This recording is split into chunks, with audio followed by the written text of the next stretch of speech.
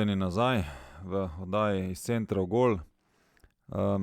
Z Dušanom imamo odličen klepet, na hitro samo da obnovimo. Zaključili smo prejšnji del o pogovoru, kakšna je garderoba, kako delujejo igralci znotraj garderobe in predvsem o tem smo se pogovarjali na koncu, kako specifična je naša garderoba ob nekih posebnih tekmah, ko se igrajo razna finala ali kot se igra recimo neka tako pomembna tekma, kot se je igrala Celje z Mariborom, ko v bistvu ena tekma odloča na koncu, ali boš ti prvak ali boš drugi in kaj vse se dogaja znotraj garderobe.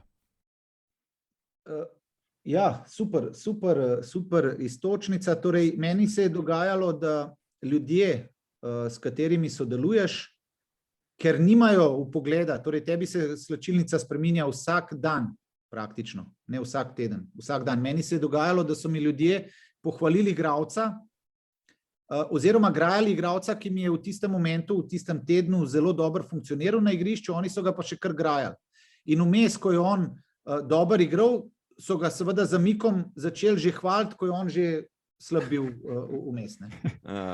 Torej, in tisti, ki ni vpet vsakodnevno v slačilnico, slačilnica ti mora biti svetinja, ampak na koncu kot trener, če dosežeš, da je to zaprt krog ljudi, da se fantje, da vejo, tako kot sem prej rekel, da so vsi zadolženi za dobro stanje v garderobi, imajo vpliv od svojih menadžerjev, od svojih staršev, od prijateljev, torej ta igralec, za katerega ti verjameš, da ga imaš pod kontrolo, je lahko rušilen ali pa povezovalen znotraj slačilnice. Ja, ker to je taka velika količina odnosov, če gledaš, ne? Če imaš ti v ekipi 25 igralcev, pa oni vsak z vsakim ima odnos, pa smo tu strokovni štab, trenerji in pol, tako si rekel, menedžerji vzadi, njihove družine, punce, otroci, karkoli. To je neverjetna količina odnosov in to je tako kompleksna v bistvu zadeva postane, ne, da konfuzna. In zdaj moraš ti kot trener ugotoviti, kaj se dogaja, torej ti veš, imaš nek občutek, kaj se dogaja, torej jaz sem vedno znal igralca začutiti, nekaj ni v redu. Povej mi, a ti je nekdo glavo zmešal, ali te je kakšen menedžer poklical, ali si že kje drugje, ker jaz te rabim na igrišču, ne? Jaz rabim, da principe na igrišču delaš, ne? In ne glede, a te je nekdo znerviral od ozuni, ti moraš svoj del narediti posla, da boš ti uspešen, da bo tvoja ekipa uspešna. Ne? Ampak potem pridemo do novinarjev, tudi to, kar mi danes delamo. Ne? Torej, da trenerji spoznamo, da je to širok posel, da tudi kvalitetni novinarji, ne vem, meni se je tudi to dogajalo, da sem se s kakšnim novinarjem, ki je čist izven nogometnega posla, mislim, užitek je bil. Cel intervju je bil užitek, razumuje, kaj hočem povedati gor. Zgodi se mi pa mogoče iz strokovnih zadev, da vse, kar sem povedal, ker sem iskal avtorizacijo, da sem bil zmešan v glavi. Sem rekel, pa kaj, ne, ker sem sam sebe bral po tistem, ker sva se midva pogovarjala, sem rekel, pa nič od tega, kar sem hotel povedati, se nisva razumela. Ne? Ja. Ne? In izobražati novinarje, ker spet ima o nogometu vsak svoje mišljenje. Jaz ne morem soditi, kjer novinar je dober, pa kjer ni. Ponavadi sodim tako, tiska me ima rad, ti dobro napiše, tiskate pa nima, pa slabo napiše in tako jih tudi selekcioniraš. Ne? Ja, ideje o nogometu imamo v resnici zelo različne, ne? Se pravi, na kakšen način bomo pristopili do vsega skupaj. V glavnem, jaz bi mogoče tu vseeno šel naprej, mi vidim, da ti ne živiš veliko v preteklosti in nočeš kaj veliko povedati o svoji nogometni karieri kot igralca. Malo se šalim zdaj, ampak dej nam povej, kje je bil tebi potem ta prehod, ali pa kdo je tebe navdušil za to, da bi pa ti, da si se odločil, da ostaneš v nogometu potem kot trener, da ne greš početi kaj drugega? Pravzaprav sem bil dostikrat na prelomnici, tudi kot igralec in kot trener, da bi to stvar, ki jo obožujem, v bistvu, ker jaz kljub vsemu ne bi torej tle si videl neko možnost za preboj, za igro si itak oboževal. In se mi je tudi kot igralcu recimo na eni tekmi zgodil, da sem igral proti Igorju Cvitanoviću, ti se ga boš spomnil, Igor, ko je bil, igral je jaz sem igral desnega bočnega, on pa levo krilo in na tisti tekmi je on, ne vem, 2 gola dal in ga enostavno nisem, ker je bilo prehitro vse zame, sem po tekmi prišel domov, sem rekel, jaz ne bom več nogometa treniral, ker to, kar sem tle doživel, je katastrofa. Prehitro ne moreš, ne. In ko spoznaš ta enkrat top mednarodni nivo, recimo, ne, in se ti zgodi to, da nisi imel, pravzaprav, če bi še 3-krat z njim igral, bi se že prilagodil, ne, ampak ti si zatečen, kako se ti nekaj novega zgodi, ne. In potem sem predelal to, sem rekel, dobro, ok, ne bo vsaka tekma taka, ki je bila ta slaba, ne, greš čez to in isto se ti kot trenerju zgodi. Po kakšnih hudih porazih, ko pravzaprav vidiš, da si nekonkurenčen, da praktično... Ampak kdo te je navdušil za to? Mislim, si se ti sam odločil, ali te ne vem kdo povabil, ali si sam... Ne, sam sem enostavno vztrajal. No, mogoče bil tu oče takrat, ko mi je bilo težko, da je rekel, pa kaj boš zdaj nehal, če si že do sem prišel, boš valjda vztrajal. Ne? Dostim se verjetno tudi to zgodi, ker ne dobi, ne vem, neke tople besede zraven, kot je težko. Ti rabiš dobre besede, kot je težko, ne kot je lepo. Jaz imam en posnetek imam za tebe, če boš poslušal, prosim. Kako si se spoprijel s koncem kariere in kako je bil prehod v trenerske vode? Ok. Marko Tavares je to 100%. Marko Tavares je to 100%, vidiš. To bo eden od naših naslednjih gostov, da ga že kar odkrijemo. Pa bi nam povedal ti, kaj je Marko Tavares, te vprašal, na kak način si ti to doživel. Torej, Markos, hvala za vprašanje. To je eden od gospodov, bi rekel, nogometnih, ki je pustil seveda pečat v Sloveniji. To je ena od zgodb, ki mene v bistvu navdihuje, kjer so vsi skupaj naredili čudo za slovenski nogomet, bi rekel. Tako da imamo dobrega gosta naslednjega. Boljš ga ne bi mogli imeti. Prav je verjetno še kar nekaj takih. No, ampak tudi Jasmin Handanović je zame, ker sem njegovo pot poznal, recimo mi je fascinantna zgodba in čez kaj so šli vsi te fantje. Verjetno tudi Markosu ni bilo vse poslan z rožicami. In jaz, moj pravzaprav konc igralne kariere je bil krut. Prav krut. Torej v momentu, ko takrat se je Olimpija razpadla, jaz sem živel v dobri veri, da bi bil rad, seveda, ker sem končal kariero, da bi bil rad v Olimpiji, ne, da imel sem izkušenj, vse dobro in slabo sem dal čez in ima željo, da narediš drugače, da uporabiš vse te izkušnje in da probaš narediti tako, kot je prav. Ne. A v tistem momentu se ti zgodi, recimo, da take krute zadeve, no? Da se ti enostavno klub razpade, da vidiš, da boš pač mogel nehati, da zgubiš voljo, ko poslušaš neke zgodbe ljudi, kjer ni nobenega ozadja, ne?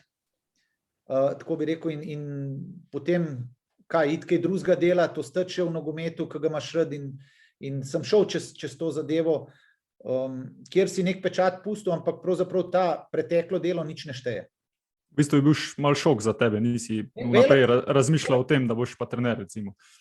Ne, jaz sem, ker sem že hotel, v bistvu neke licence sem mogel delati, ne, vmes in sem imel neko tisto, jaz bi pa mogoče enega dne želel biti trener, ker sem celo vrsto nekih trenerjev dal čez, vedel sem, kaj so bile njihove dobre stvari, pa kaj so bile slabe, ne, in sem rekel, mogoče bi si želel to delati, ne. In sem mogel seveda licence tudi sproti delati, tako da ni pa se lahko sprijazniti s tem, da si pustil nek pečat, da si pravzaprav dober, veš, da verjameš vase, ampak da tvoj čas se izteka na igrišču, ne, da enostavno prihajajo hitrejši, mlajši in da tudi mogoče ni, torej, ko ti enkrat doživiš med in mleko v nogometu, in to so redki, to so ponavadi uspešni igralci. Ko govorim med in mleko, da si igralsko uspešen, da ti ekipa zmaguje, da si spoštovan, da so tudi finance pošlihtane, da je tvoja podoba na igrišču dobra, torej takrat je med in mleko. In redki so igralci, ko se jim to dogaja leto, 2, 3, 4. Ponavadi so to kratka obdobja. Ne? In nekdo, ki je doživel način funkcioniranja, ko je res dobra zadeva. Torej, jaz sem imel ta privilegij kot igralec v enem obdobju, ki pa je bilo zelo kratko, pa kot trener, recimo zdaj v zadnjem obdobju v Celju, smo res dosegli en nivo funkcioniranja, ki je bil užitek, zase lahko rečem, meni je bil čisti užitek, in da se to potem tudi z rezultatom poklopi. Ne? Ko to enkrat doživiš, ko veš, kako je to enostavno funkcionirati v takem načinu in kako so zadeve zelo preproste, in potem, ko se zadeva obrne, ko ne funkcionira več tako, ne? In mogoče Markos bo znal o tem veliko pogovoriti, ker so imeli oni izjemno dolgo obdobje čiste,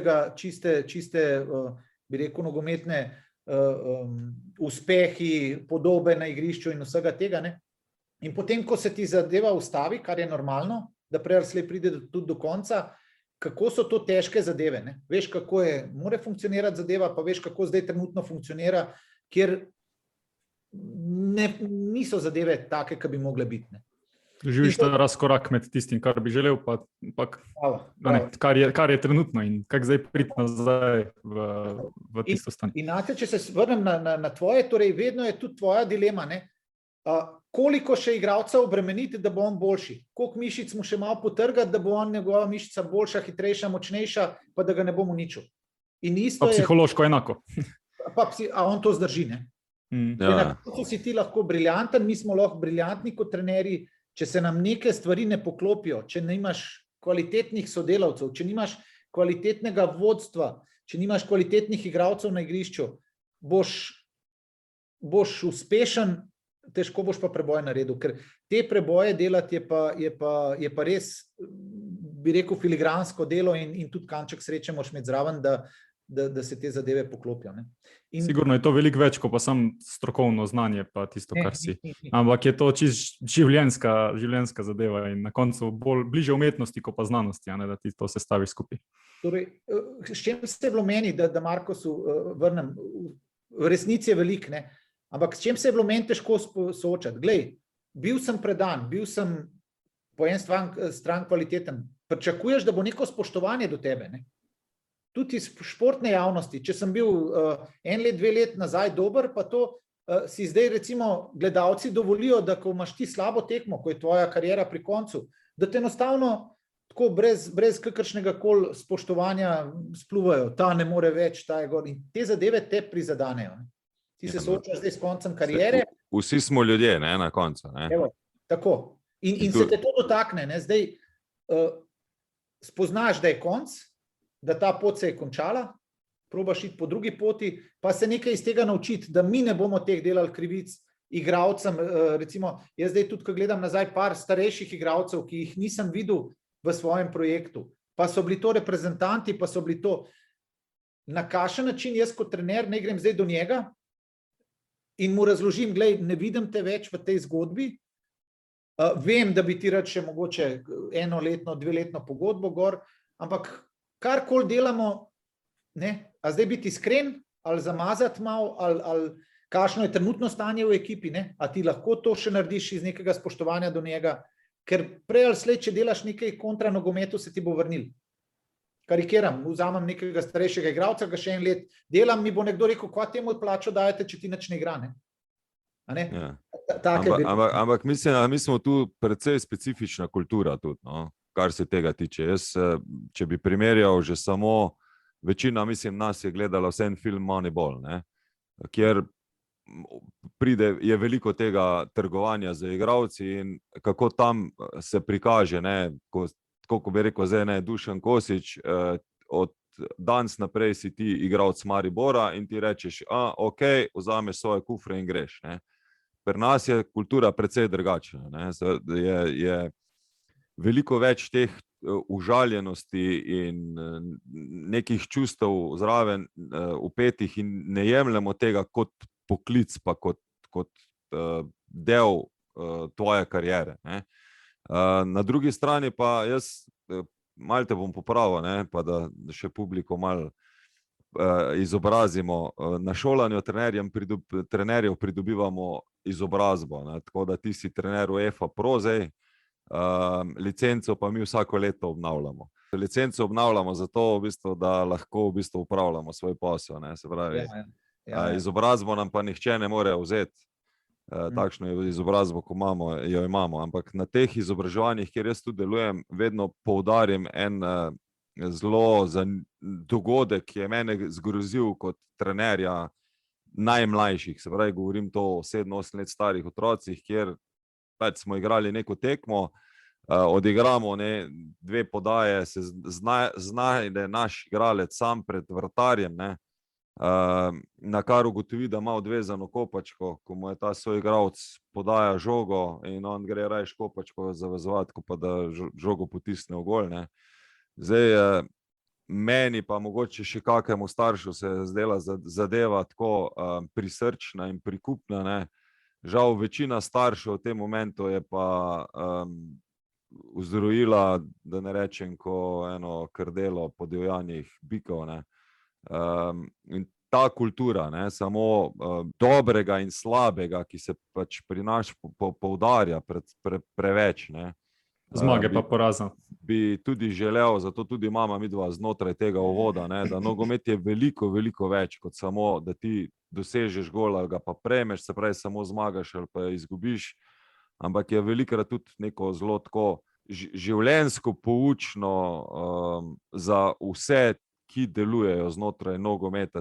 Koliko vseh stvari je, ni samo to, da ti se naučiš bincniti, ko rečemo včasih tako v šali, to žogo, ne, ampak je veliko več v izgradnji svojega lastne identitete, več v izgradnji svojega lastne identitete, vadbe, kako delovati v nekih različnih socialnih okoljih.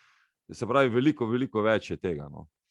Jaz bi tu v bistvu te tako, rečemo, ti si v bistvu zelo hiter potem šel na članski nogomet, se pravi, tvoja zgodba je bila Krka, Kranj, Olimpija in potem v bistvu mlade reprezentance. Za temi mladimi reprezentancami si prišel v Celje. Daj mi povej, koliko si se ti v resnici v teh prvih situacijah članskega nogometa kot trener, kaj si ugotovil v resnici? Ja, ugotovil sem, da zelo malo veš. Torej, zelo malo veš, ko sem nehal igrati, seveda. Si bil prepričan, da veš veliko več, kot se ti zdi? Ne, itak. Pa to, te igralci, ki smo malo igrali, to itak zase misliš, da si najbolj pameten na svetu, pa da veš vse v nogometu, no, tako bi rekel, pomagala mi je ta moja igralska kariera, ker si imel, ne vem, 422 nastopov, pa ne vem, jaz sem dal 80 golov, teh sem nekaj pečat v slovenski ligi pustil. Ne? In ponavadi ljudje, ki izbirajo trenerje, vzame nekoga, ki ima izkušnje. Ne? In v resnici je zelo malo igralcev, ki ima več nastopov v slovenski ligi kot ti, ne? Ja, to sem dostikrat poslušal, tako vem, da Sebastian Gobec je igral potem še veliko del, pa Markos, mislim tudi, da sta zdaj nekje. Torej, jaz sem imel neko konstanto v igralskem smislu, kamorkoli sem prišel, sem bil, tako bi rekel, nek hvaležen igralec, ki praktično je vedno nekako se uspel izboriti za ekipo, no, zato sem imel tudi toliko nastopov. Ampak kasneje, ko prideš med trenerje, vidiš, da je to igralska kariera pa trenerska posel, to sta dva različna svetova. Ne. Pomagal mi je to, da sem mogoče lahko tudi na Olimpijo prišel brez kakršnihkoli trenerskih izkušenj oziroma zelo malo trenerskih izkušenj, pa sem šel zelo ambiciozno v to, ko ti nekdo ponudi priložnost. Ne. In danes, ko gledam na to, ne, sem dobil priložnost in bi zelo z lahkoto lahko tudi to zamočil. Ne. Torej, izgubiš 2-3 tekme, ne veš, kaj se ti dogaja, ne veš, v kakšno sredino prihajaš in 1-2 zgodbe ne pustiš nekega pečata, te ni nikjer več. Ampak jaz imam tu v bistvu eno tako malce provokativno, ampak malce resno vprašanje. Jaz se tebe spomnim kot trenerja, se pravi, z Olimpije in iz Kranja, kjer je meni bilo zelo fascinantno, da tudi ko si v Kranju bil, ne, je tvoja ekipa igrala od noge do noge, igrala je po tleh, prihajali ste zelo z lahkoto, se pravi, iz te faze od vratarja proti napadu, ne. Ampak v teh obeh klubih si imel iz mojega vidika zelo nerešeno idejo, kako priti v zaključek v gol. Kar se je pa potem, rečemo, v Celju, je pa pri tebi se ta zgodba zelo, zelo spremenila. Ne? Saj tako jaz gledam. Zdaj ne vem, a sem blizu temu ali ne. Jaz sem se, seveda, ko razmišljaš o igri, jaz sem imel vedno neko sliko v glavi, kako bi pravzaprav rad, da ekipa igra. Torej, vedno me je fasciniral ofenzivni način razmišljanja.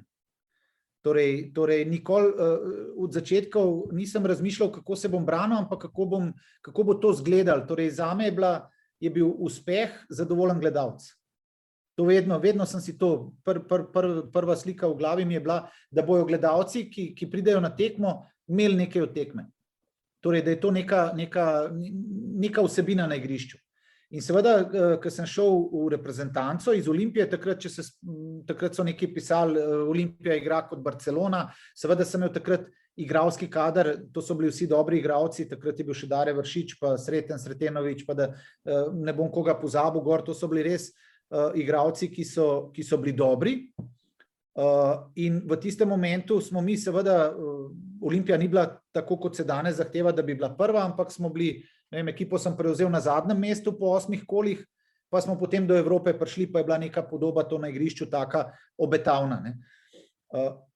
Po tistem času, ko sem šel v Triglav, sem se spet, 1 leto pa pol sem bil praktično po Olimpiji, kjer smo neko podobo pokazali dobro, perspektivno, sem imel neke ponudbe, ki me pa, tako bi rekel, za moje ambicije niso bile take, da bi sem rekel, bom počakal, če bo še kaj boljšega mogoče gor, pa se ni. 1 let pa pol sem bil takrat praktično brez kluba in sem se odločil, da bom šel v Triglav, ki je bil pa takrat na izpadu.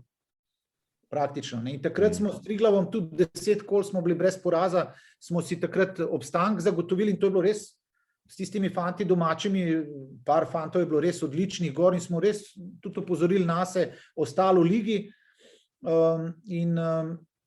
Tudi tista zgodba je bila, tako bi rekel, v redu. Ne. Kasneje sem ostal še 1 mesec pa pol, pa se spet zadeve niso išle tako, kot bi se mogle in sem sprejel potem ponudbo od Nogometne zveze za delo z mladimi. In praktično jaz sem preskočil delo z mladimi, jaz sem šel takoj v članski nogomet, nisem imel nekih izkušenj z mladimi in tam se mi je pa potem svet, bom rekel, kar odprl. Ne. Tam sem bil pod mentorstvom pol Milana. Ne.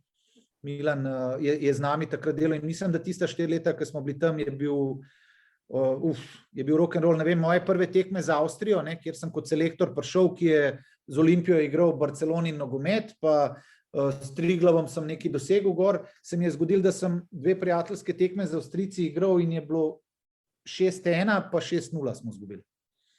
Seveda smo bili takrat vsi v šoku, ne, seveda jaz kot trener sem bi takoj nehal trenirati, ker kaj je zdaj to, ne, po 20 minutah, kjer smo bili konkurenčni, kjer smo imeli 2-3 priložnosti, smo na koncu 6 golov dobili in se mi je zdelo, da te Avstrijci so bili pa, ne vem, to, ko bi igral iz drugega planeta. Ja. Ja, ampak govorim za te 2 tekme, ne, in to je bil takrat potem kasneje, bi rekel, tudi nek blagoslov, zame kot trenerja, ne. S fanti smo se hitro naučili, čez 1 mesec smo Srbe zmagali 5-2, seveda sem vmes poslušal tudi kritike, ne. Ni mi bilo vedno lahko in pol sem se počasi začel učiti, da ni nogomet samo napadanje, da ni. Ampak tam v bistvu Milan Miklavič je bil kot direktor reprezentanc, ne, nastavljen za mlajše, govorimo, se pravi od 21 navzdol do U15. Znotraj ste imeli pa v resnici, se pravi, kot trenerji reprezentance si bil ti, je bil Šalja, ki je zdaj trener v Celju, bil je Tomaž Petrovič. Ne, Tomaža še ni bilo, Bene je bil tudi, ja. Tako, torej, ta prvi so bile jaz pa Bene tam zraven, potem je pa Šaki je prišel malo kasneje za nami. No, ampak smo bili tim trenerjev, ja, je bil Milan, Bene, jaz pa Šaki, ja. Smo bili v bistvu praktično zadolženi za te mlade, vsak smo imeli svojo generacijo, ne, in smo se tudi, moja generacija je bila 99-letnik pa 2001, ne. Ampak tam v resnici si se ti prvič, po moje, tudi srečal s tem, da si imel konkretne trenerje okoli sebe, s katerimi si lahko razpredal in debatiral in analiziral in absolutno pač Milana, ki vem približno, tudi jaz kak nogomet igra, ne, se pravi, ravno, ne bom rekel, da je povsem drugačno kot to, kar si ti igral v Kranju pa v Olimpiji, ampak je precej bolj direktno, ne, se pravi, govorimo hitreje, poskuša narediti prehod proti golu in tudi v tem zadnji tretjini pred golom, ne, je precej bolj konkreten, kar se tiče podaje v globino, napadanje tega prostora pred gol in tako naprej. Tako, v tem stilu. Dobro, sej Milan je že takrat kot trener je že v Gorici briljeral, kar se tega tiče, ko je postavil nek sistem, ki je bil zelo uspešen, baziral je na agresiji, na enostavnosti, na konkretnosti. Tako da ja, z Milanom je bilo, ko bi rekel, ko spoznaš, kaj bi vzame, ko smo igrali, ne vem, z Belgijo, z Španijo, ko ti igraš neke tekme, kjer ti samo organizacija lahko prinese nek uspeh. Bi rekel, ker kot po pravilu so bili igralci iz Belgije, iz Španije, to, kar smo se prej pogovarjali, manjkalo je našim igralcem tista, bi rekel, neka gibljivost, naši igralci so ali malo čuden laufali, ali malo tako, bi rekel, pa teže, ker so selekcionirani, ne? Si videl, da na drugi strani si imel brezhibno tehnične fante, ne? In mi smo bolj potem bazirali na organizaciji igre, na disciplini, na enotnosti, tako naprej. Seveda to ni bilo vsem všeč, ne? Saj tudi te tekme, ki so gledali, drugi so imeli zmer pripombe, da to nismo samozavestni, da se samo branimo, da smo to. Torej, vedno si poslušal zadeve, kritike z ene strani, po drugi strani sem pa jaz vedno razmišljal neko logiko, kaj se je meni na igrišču dogajalo. Skušal sem razumeti Milanove besede, zakaj on tako razmišlja, zakaj je to, in kasneje tudi kot trenerju, ne? Ker mi ne moramo nobenega kopirati, torej kot trenerji. Mi imamo lahko neko vizijo igre, pa nek način, kako bi do te igre prišel. In neke informacije od trenerjev, ki jih spoštujemo. Torej vsi imamo mi trenerje, ki jih spoštujemo, pa trenerje, od katerih smo se mogoče naučili, kako ni treba, ne? To je moje mišljenje, ne? A veš, in ko si bil nekrat v tem timu, ker jaz vem, na kakšen način smo delali in vem, da smo bili uspešni. Torej, mi smo naredili uspeh, da smo bili konkurenčni recimo ekipam, ki so realno nad nami, ne? In tudi rezultatsko smo se uvrščali v elitni krog kvalifikacij in tako naprej. In za tem uspehom je bila dnevna komunikacija. No, to je zanimivo, če pol rdečo nit naprej potegnemo, ker ravno v Celju se je dosti podobna stvar zgodila potem, ne? Ko je bil naslednji korak v tvoji karieri, kjer je tudi ekipa, ki v osnovi ne kotira za prvaka, v borbo za prvaka, ampak se je pač to poklopilo in verjetno tudi vse te izkušnje, ki si jih pridobil iz reprezentanc, to, kar zdaj razlagaš, da se v bistvu boriš proti recimo boljšim klubom od sebe ali pa igralcem, ki so tehnično in taktično vsi veliko bolj izpopolnjeni, pa da vse en ta manjko prebrodiš, je verjetno bil tudi to odločilen faktor za zgodbo v Celju, ki se je lahko razvila. Ja, sej zgodba v Celju je bila posledica funkcioniranja v reprezentanci. Torej, tudi mi smo imeli sistem v Celju, ki so ga športnim direktorjem dodelali. Torej, jaz sem želel imeti v Celju igralce, ki prihajajo v klub, so mogli biti reprezentanti oziroma pomembni igralci v svoji starostni kategoriji. In take smo zbirali. Torej, jaz sem vedel, kjer igralci v slovenski reprezentanci bil že na tem nivoju, torej, da so spoznali mednarodni nivo. Istočasno sem vedel tudi, kakšne so njihove pomanjkljivosti, ampak te fantje, ki so bili enkrat v reprezentanci, so seveda igrali proti nasprotniku, ki je zahteven in vejo, kakšen je profesionalen način funkcioniranja. Ne? To je bil eden od ciljev, da se ne ukvarjam s fanti, ki sploh pravzaprav ne vejo, kakšen je mednarodni nivo. Ne? Mu niti ne moreš dopovedati. A te lahko jaz tu sam za trenutek nazaj vrnem? Ti si prevzel Celje med sezono. Ja, september, ja. Ja, kar pomeni v resnici, ti si dobil ekipo takšno, kot je bila. V tem trenutku ti ne moreš vplivati na prestop igralcev, na selekcioniranje, na nič. Kaj je bilo v bistvu prva zadeva, ki si ti, da ti veš, da si spremenil na osnovi tvojega predhodnika? Nič, tudi enega igralca nismo pripeljali. Takrat je bilo Ne, še takrat tek nisi mogel, ne, ker si bil med sezono. Ja, mislim, da je bilo še malo. Bilo je 1-2 dni do konca. Aha, je še bilo. Da bi lahko gor, ampak jaz sem fantom povedal prvi dan, ko smo se dobili. Vsi imate možnost do naslednjega prestopnega roka se pokazati, da ste lahko del te ekipe. In prvi moj prihod ni nobene spremembe pokazal. Kaj si pogojeval, rečemo, ti klubov iz vidika trenerske ekipe, ko si prihajal v klub? Kaj si zahteval? Ali v bistvu v tem trenutku ti nisi tega razmišljal sploh? Torej, ne, jaz sem prišel kot sam v klub v tistem momentu. Hotel sem imeti svojega pomočnika, v bistvu ne. V tistem momentu nisem imel jaz svojega tima ljudi, tudi da bi rekel, če mene pripeleš, imam še ljudi, ki jim zaupam, pa so noter. Ampak sva se z Zoranom Zelkovičem sva se takrat lotila skupaj in nismo od začetka so vsi fantje ostali.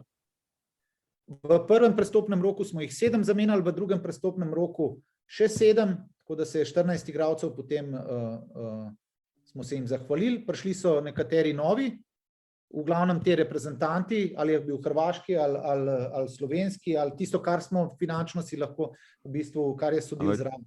Kar pomeni, vi ste v bistvu štartali zelo preprosto, prevetriti ekipo, sestaviti mlado ekipo, ki ima neke mednarodne izkušnje iz mlajših generacij. Tako in to so bili Ampak zanimivo, ste iskali dosti teh igralcev v resnici po slovenskih klubih, kjer pa niso dobivali te minutaže, recimo, ki so jih potem pri tebi dobivali.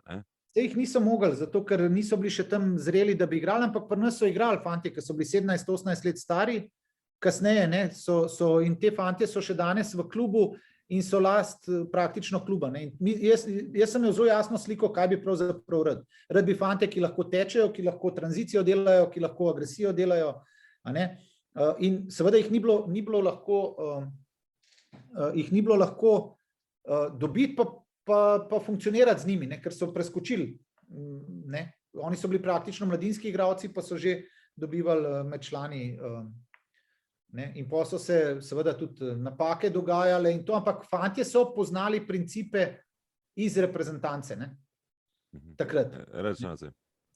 Mi je že odgovoril vmes, hotel sem vprašati z vidika selekcije. V bistvu, rečemo, midva z Nacetom smo v tem obdobju, ko si bil v Celju, smo bila midva v Velenju. In dva igralca konkretno, ki sta ti potem bila zelo pomemben del, sta pač bila Vizinger in pa Lotrič. Zdaj, Lotrič je takrat v Velenju bil kar dosti časa poškodovan, Vizinger pa zaradi tega, ker je bilo toliko veliko konkretnih napadalcev, je dobival manjšo minutažo. Koliko si se ti v bistvu ukvarjal z takimi igralci, ki so ti prihajali, pa ste se vi odločili vseeno za njih, ki niso bili v prvem planu, rečemo, tako je bil pač takrat Rudar. Ja, torej, da Dario, jaz sem eno tekmo, če sta bila tam, se boste spomnili tekme, ko je Dario dobil priložnost, da v 90 minuti, mislim, da ste 2-0 vodili in je Dario, jaz sem to tekmo gledal po televiziji in Dario prišel noter, seveda Rudar je takrat imel 5-6 napadalcev vrhunskih, mislim, da ta ekipa je bila danes, ko gledam, kakšne napadalce ste imeli, da je bilo selekcionirano isto posledica dela, takrat. Ofenzivni del je bil zelo dober takrat, ja. Tako?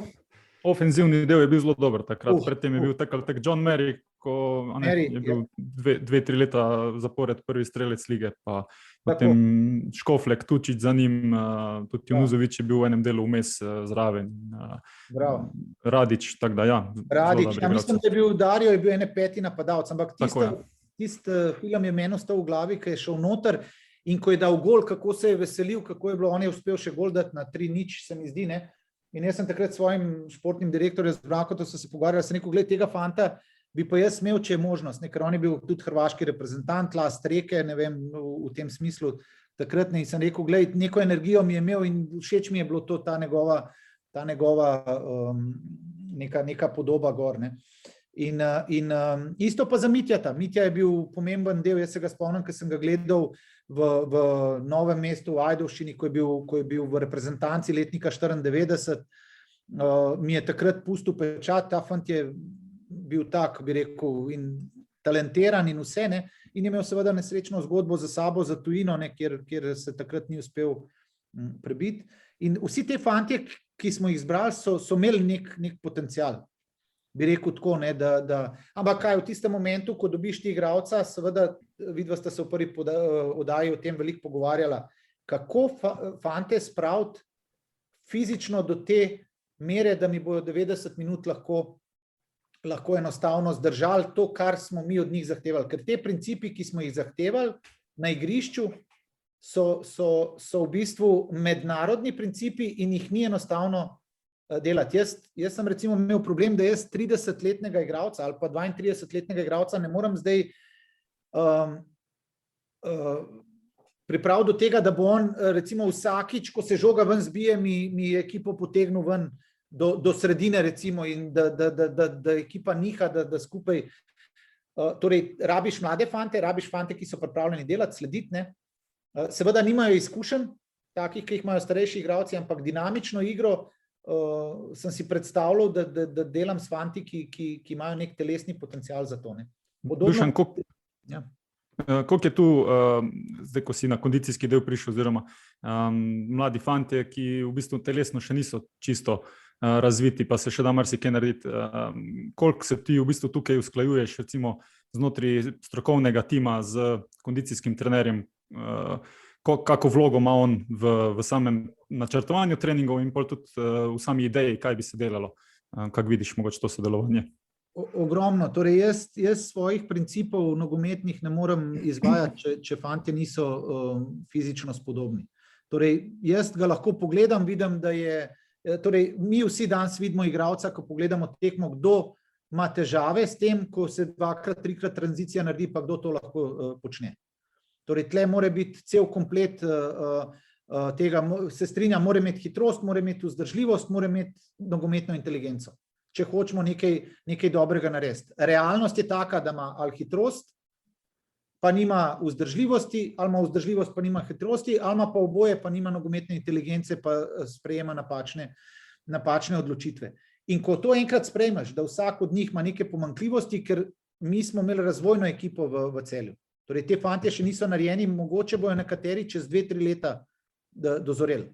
Ampak izkušnje, ki so jih na tem nivoju dobivali, spoznali mednarodne principe, igrali ta nogomet, ki je pustil nek pečat, je za njihov razvoj recimo super. In če bojo telesa svoja, tukaj je velik problem, telesa svoja poštimali, živeli športno, bojo verjetno velika večina od njih uspela. Ne? A ste imeli veliko kontrole nad tem?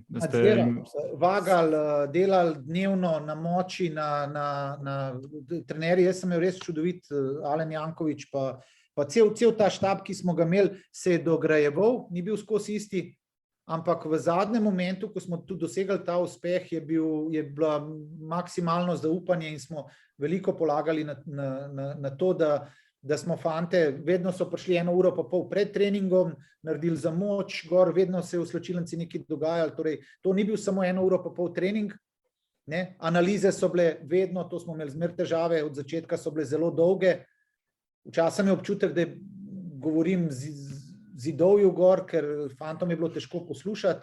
Torej to za Igor, za ideja, ki sem jaz tudi poslušal na predavanjih, da nogometaši ne morejo 15 minut biti primeru pri analizi, ne, da pol jim pa fokus drugam zbeži. Ne. To jaz, recimo pri svojih igralcih smo se dostikrat to zafrkavali, ker je bilo od začetka problem. Ne. Kako analizo, ki traja 45... Tudi to je del treninga, ne? Mislim, meni je bilo to... Mislim, vse na tekmi more pa uro pa pol imeti fokus na koncu. Glej, kirurg se cel življenje uči, potem pa ne vem, kaj bo rekel, zdaj lahko pol ure operiram, pa grem stran, ljudje po 9-10 ur operirajo, pa držijo fokus, pa to mi nogometaši smo pa posebna kasta, pa ne moramo zdržati, da ti trener 1 uro razlaga, kaj se moraš izboljšati, pa tako naprej. Ne. Mi se malo šalimo tako, ne, dolgočasi v šoli se dva dolgočasita, ne, tisti, ki vse ve in tisti, ki nič ne ve, ne. In to je isto, ne, pač v igralci, ki ne razumejo v resnici tvoje ideje, bo verjetno tudi na teh videoanalizah se zelo hitro začel dolgočasiti, ker ne bo razumel, o čem ti govoriš. Saj to. Mislim, da tudi zdaj z Nacetom smo imeli dosti podobno zadevo v teh naših videoanalizah. A ne. Je pa normalno za vsako videoanalizo, če je smiselna, jaz bi tako poudaril, ne, potem bo vsaka videoanaliza boljša in bo več v resnici tudi dialoga in v bistvu začnejo tudi igralci pač zraven sodelovati aktivno. Ne. Jaz sem to doživel, zdaj ne vem, ali je to zaradi mojega obnašanja, ampak redko kdaj mi je kakšen igralec odgovoril nazaj, pa bil pripravljen sodelovati, ker je bilo vedno, zdaj, če on začne govoriti, bomo še 15 minut le, pa ga bo malo ruknil, pa to. In od začetka so te naše analize tudi pri meni. Namenoma so bile dolge. Jaz sem recimo tudi izven igrišča slišal, da veliko govorim, da torej tudi so mi trenerji, na koncu mi je Milan včasih rekel, ja, sem slišal, da nekaj to igralci takoj ponesejo, ne, ampak jaz sem imel cilj, zakaj to počnem. Torej, da fantje vidijo, da je to njihova služba, da se lahko naučijo, če hočejo nekaj. Ampak ljudje smo tudi zanimivi. Ne? Če se nihče s tabo ne ukvarja in ti ne razlaga, ne? Potem si nezainteresiran, če pa nekdo malo več govori, ne? Potem pa v bistvu že težiš. Ne? Te pa omejuje, pa ti skozi na joystick. Jaz sem od svojega igralca slišal že na analizi, da hočem, da so na joystick. Ne? Ja, glej, v redu. Ne? Sam nekaj časa vsem traja to, da igralci razumejo, da kakšna je razlika med principom znotraj igre, ne? In prepoznavanje situacije v igri, kot pa v bistvu to, da ti vsako situacijo želiš točno neke stvari, da se ponavljajo. Ampak koliko je bila tvoja ekipa zdaj na koncu velika? Trenerska. Se pravi, govorimo o vseh, pomočnik, trener vratarja, fizio.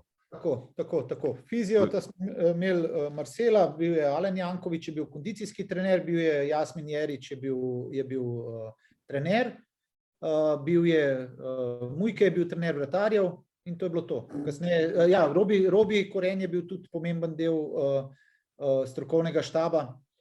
Kasneje, analitike ste imeli kakšne? Ne, to sva s trenerjem delala. V zadnjem obdobju nam je pa tudi analitik pomagal takrat, ko je zadeva šla že proti koncu. Ste imeli vi kot ekipa redne tedenske, rečemo, sestanke, ste se dobivali, tako kot bi rekel, dnevno, vedno pred treningom? V slačilnici, gor, itak so pa s trenerjem, ki sva delala plan, pa tako naprej smo bili itak skozi kasneje, to moram povedati, niti analize niso bile več toliko dolge, ker smo samo ciljno delali, niti sestanki, ker je bila zadeva utečena. Mi smo imeli res...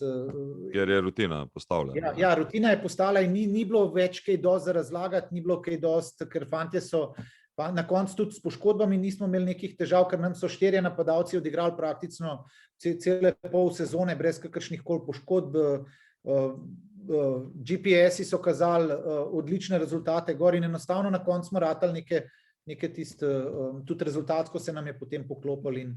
Ko si zdaj omenil GPS-e, se pravi, vi ste imeli obvezno, ste spremljali tudi verjetno na treningih, se pravi, pretečene metre, kilometre, v katerem tempu, potem absolutno tekme.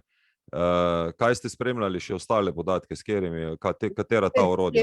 Ali ni imel vse, torej koliko smo kilometrino smo tudi spremljali znotraj posameznega treninga, torej, da smo imeli ta tedenski mikrociklus enostavno, kdaj je vrh, kdaj je hitrost, kdaj je moč in tako naprej. A ste spremljali tudi preko srčnega utripa? Ja, srčnega utripa. Ste imeli kombina, super. Ja, tako da smo točno vedeli za vsakega igralca, kdo je malo pretreniran, ampak na koncu nam je čudežna stvar zgodila, to je množica podatkov. Torej, te podatki, včasih smo se tudi hecali, da je analiza lahko paraliza. Ja, hitro se zgubiš v tem. Tako, na kjer parameter sem jaz lahko dam pozornost, pa obremenjujem igralca s tem, ker mi smo ugotovili, da naši igralci so tekli tudi 34, od 32 do 34 smo imeli celo vrsto nekih igralcev, ki so bili primerljivi z mednarodnim nivojem. Govorimo kilometrov na uro, ne? Tako. Ja, da vemo, o čem govorimo. Bravo, recimo. To ste vi tudi v Velenju, vem, da se nekaj časa govorili, da če nisi dovolj hiter, da si težko zraven. Ja, to v bistvu ni nobena skrivnost. Pač, ko govorimo o Marjanu Pušniku, je eden od osnovnih parametrov za njega vedno, da mora biti igralec hiter. Se pravi, so neke merila, standardi postavljeni, ki bi ne bile. Ne. Jaz sem tudi delal pač kot trener v reprezentancah, malo nekaj let pred tabo, ne. Smo imeli celo postavljene ND modele, se pravi ta baterija testov, tek na 20 metrov, pa kombiniran polkrog, tek spremembo smeri, vodenje spremembo smeri, se pravi 6 testov je, ne. Smo vsak ta test smo obtežili, ovrednotili, obtežili in v bistvu cilj je bil, da igralce pripravimo in da so v kvalitetnem rangu, da proti oceni 5, ne. Tako da jaz se spomnim, da tam recimo generacija 86 kot Sandro Blodek, ne, danes trener Slaven Belupa, ne, je imel res ekstra rezultate kot reprezentant U17, ne, in je potem tudi šel v Primavero zelo hiter igrati, ne. Ampak sem jaz potem te iste stvari primerjal z svojimi v klubu in rečemo, moja povprečna ocena igralca je bila nekje 2,5, ne. Reprezentant je bil pa nekje na oceni 4, kar pomeni, vse ti parametri so nekje potem tudi pili vodo, tako da tudi tisti igralci, ki so potem pri meni v klubu prihajali, se pravi iz 2,5 proti 3,5, 4, ne, so potem rečemo pa potrkali tep na vrata, ne. Nek pečat pustili, ja. Ja, da so v bistvu lahko kandidirali za nivo naprej. Ampak zdaj, ko se mi pogovarjamo, a ste vi, rečemo, za video analizo, pa to ste uporabljali, ne vem, pri nas je zelo popularen ta Instat program, ste tega tudi uporabljali, ste kaj številke, rečemo, dosti gledali, malo gledali, ali ste se bolj ukvarjali z drugimi parametri? Zelo varljivo je bilo s tem Instatom, Instat se je danes razvil, ne, je manj napak, ampak meni se je dogajalo, da sem šel Instat zanalizirati, pa me je zanimalo, ne vem, natančne podaje od igralca, pa sem na koncu gotovil, da tisti podatki, ki sem jih imel v Instatu, pa tisto, kar sem jaz na televiziji videl, da ni nujno resnica bila. Torej, te podatke smo uporabljali, mi smo imeli recimo duel igra, kolikrat gremo v duel, smo zelo to poudarjali, ker smo imeli poudarek, duel je bil eden glavnih parametrov, če ti hočeš žogo osvojiti, potem moraš iti v napad. Torej, če jo ne osvojiš, če skačeš samo od enega do drugega, ne boš nikoli napada zaključil. Torej, to žogo je treba vzeti in odvzeti žogo na igrišče je najtežje, sploh dobrim ekipam, ne. In tukaj smo dajali veliko poudarka, ampak sam Instat Scout sem pa tja uporabil, da mogoče ekipi pokažem, glej, ta ekipa pa to dobro dela, oziroma ste dobri, da bi nekako, oziroma po drugi strani, če smo duele slabo dobivali, da rečem, glej, to tekmo nismo mogli dobiti, če smo imeli tako slabe parametre v nekem. Da bi pa, torej to je ena ogromna količina podatkov in pravzaprav danes vem, da bi mogel imeti analitika, ki bi mi v zelo kratkem času te podatke znal prebrati. Torej ne samo, da mi navrže analizo tekme, kjer jaz porabim 2-3 ure noter gledam za kakšnega igralca, gor na koncu pa ugotovim, da ni to ključnega pomena. Torej, velikrat se tudi zgodi, recimo, ko sem v Velenju te GPS podatke analiziral, sem včasih bil prav presenečen, ker smo kot ekipa imeli zelo slabo tekmo in si slabo tekel in se ti je zdelo, to ni nikamor šlo. Na koncu pogledaš podatke in so vsem pretekli 12 km, 11,5, 11, nek tempo je bil. Pa če bi sam tisto gledal, bi rekel, ukura, dobro tekmo smo odigrali na terenu, pa čisto drugače izgledalo in ti moraš vedno te stvari usklajevati pa primerjati na eno z drugim. Ni samo ena informacija tista. Samo ena. In isto je tukaj, kar se trenerskega dela tiče, čigavo delo je bolj pomembno, ali kondicijskega trenerja, ali vratarja, golmanov. Torej jaz sem se res trudil na koncu spoštovati vse, ker vem, da so vsi garali. Torej to je bilo garaško delo, kar so moji trenerji delali, torej, res smo bili usklajeni, pa na koncu smo spoštovali en drugega in tudi, ko je prišlo do kakšnih problemov, ali so bile kakšne zaporedne poškodbe, smo takoj šli analizirati, kaj smo delali, tisti teden smo preterali na treningu, je bilo količina kilometrov prevelika in smo tukaj zelo skrbno imeli načrtovanje. Noter in sem tudi spoštoval to, ko mi je nekdo, ne vem, trener rekel, danes smo malo veliko laufali, jaz sem pa hotel z vajo in mogoče ne vem, neko dinamiko, da smo na majhnem prostoru, da je malo pokal, da je to, pa smo se zmeraj pogovarjali, da jih ne bomo prekurali to, kar sta se tudi vidva pogovarjala, pa se na koncu se mi je izkazalo, da fantje morajo naporno trenirati, fantje morajo biti spočiti, fantje morajo po treningu, ko so imeli težek trening doma, pravzaprav počivati, ne okoli hoditi, ne, na koncu, če se to ne počne, če nima dobrega telesa, praktično teh naporov, danes ne more zdržati, ker danes že vsi naporno trenirajo. Ne? Danes imajo že kondicijske trenerje, danes so vsi že tranzicijo delajo, vsi so že organizirani. Tako da to je zelo kompleksna zadeva in je zelo pomembno, da je trenerski tim predan en drugemu.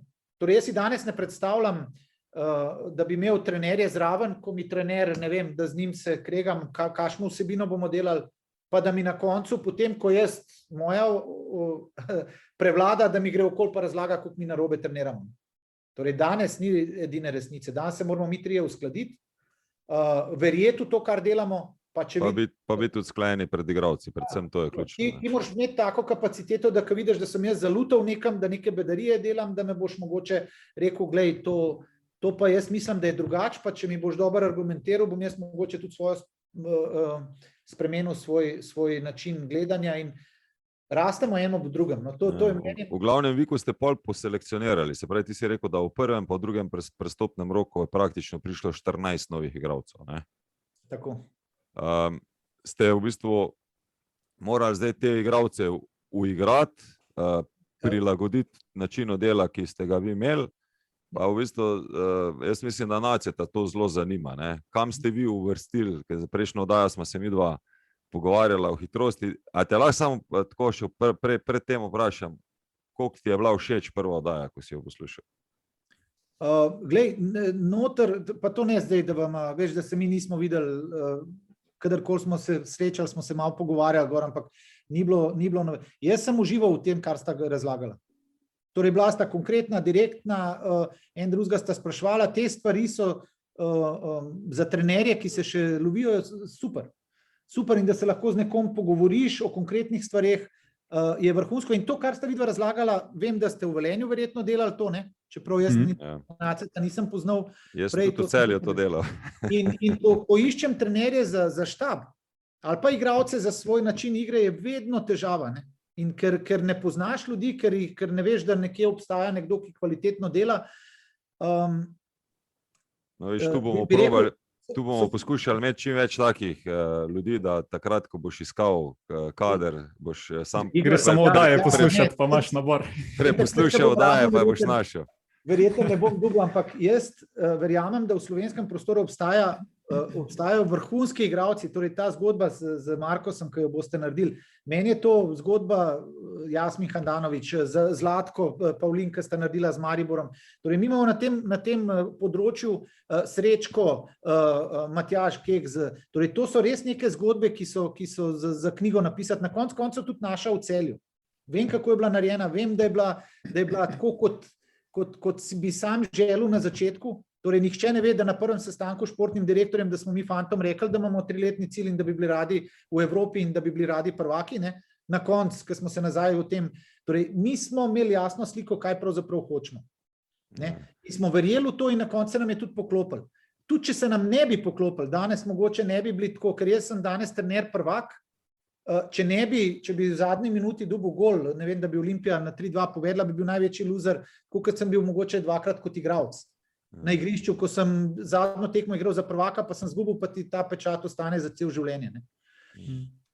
A se lahko malo pohvalim to? Ti veš, da smo mi dva edina tu zdaj, ko smo prvaka v Celju bila. Res, ok. Jaz sem bil pa spokalni. Sej tudi Celje je čudovita zgodba. Zakaj sem šel tudi v Celje? Ker je bil štadion vrhunski, ker je bila cela vrsta trenerjev, igralcev dobrih tam, ker je bila neka sredina, kjer si rekel, tukaj se pa da nekaj narediti. Ne? Tako v tem smislu. Ne?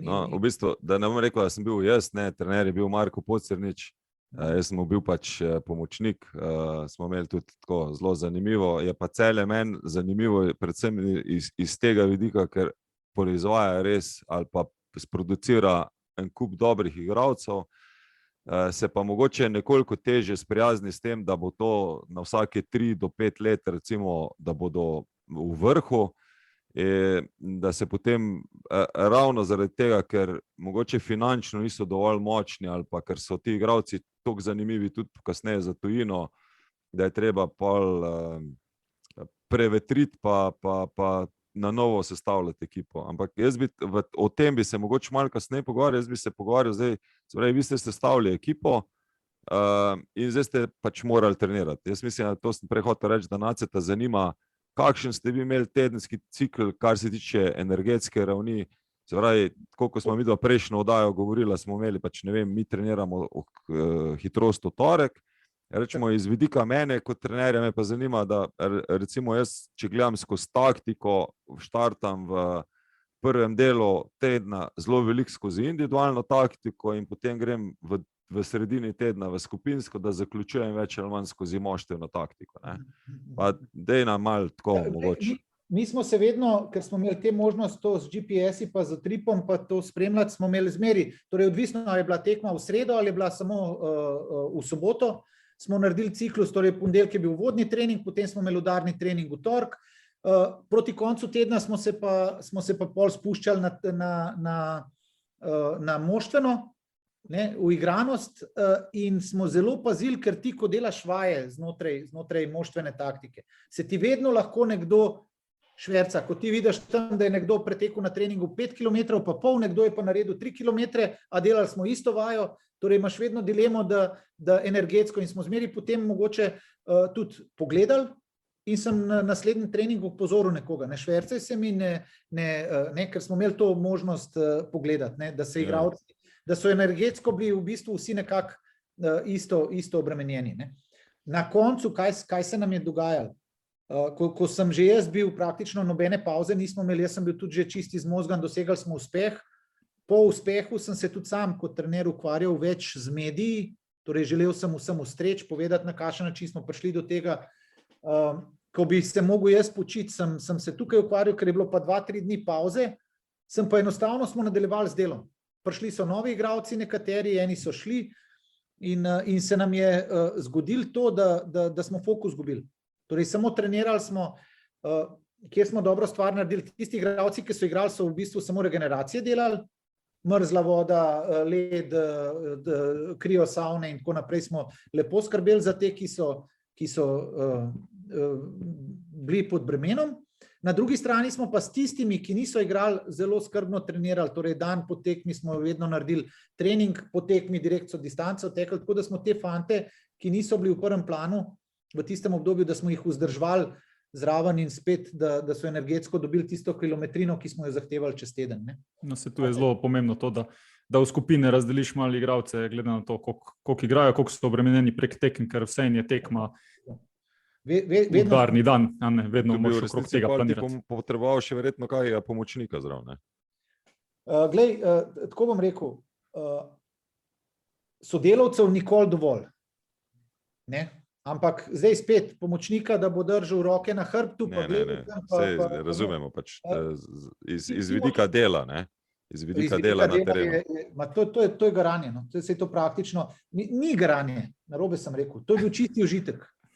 Torej mi to, kar smo delali, nam je čas tako hiter minut, koliko nam zdaj, ko se pogovarjamo. Oprosti, ker te vam malce prekinu. Odlična debata, hvala za pohvalo, da nam res čas hitro mineva, ampak bi predlagal, da tukaj naredimo še eno kratko pauzo in kmalu nadaljujemo še z zadnjim delom.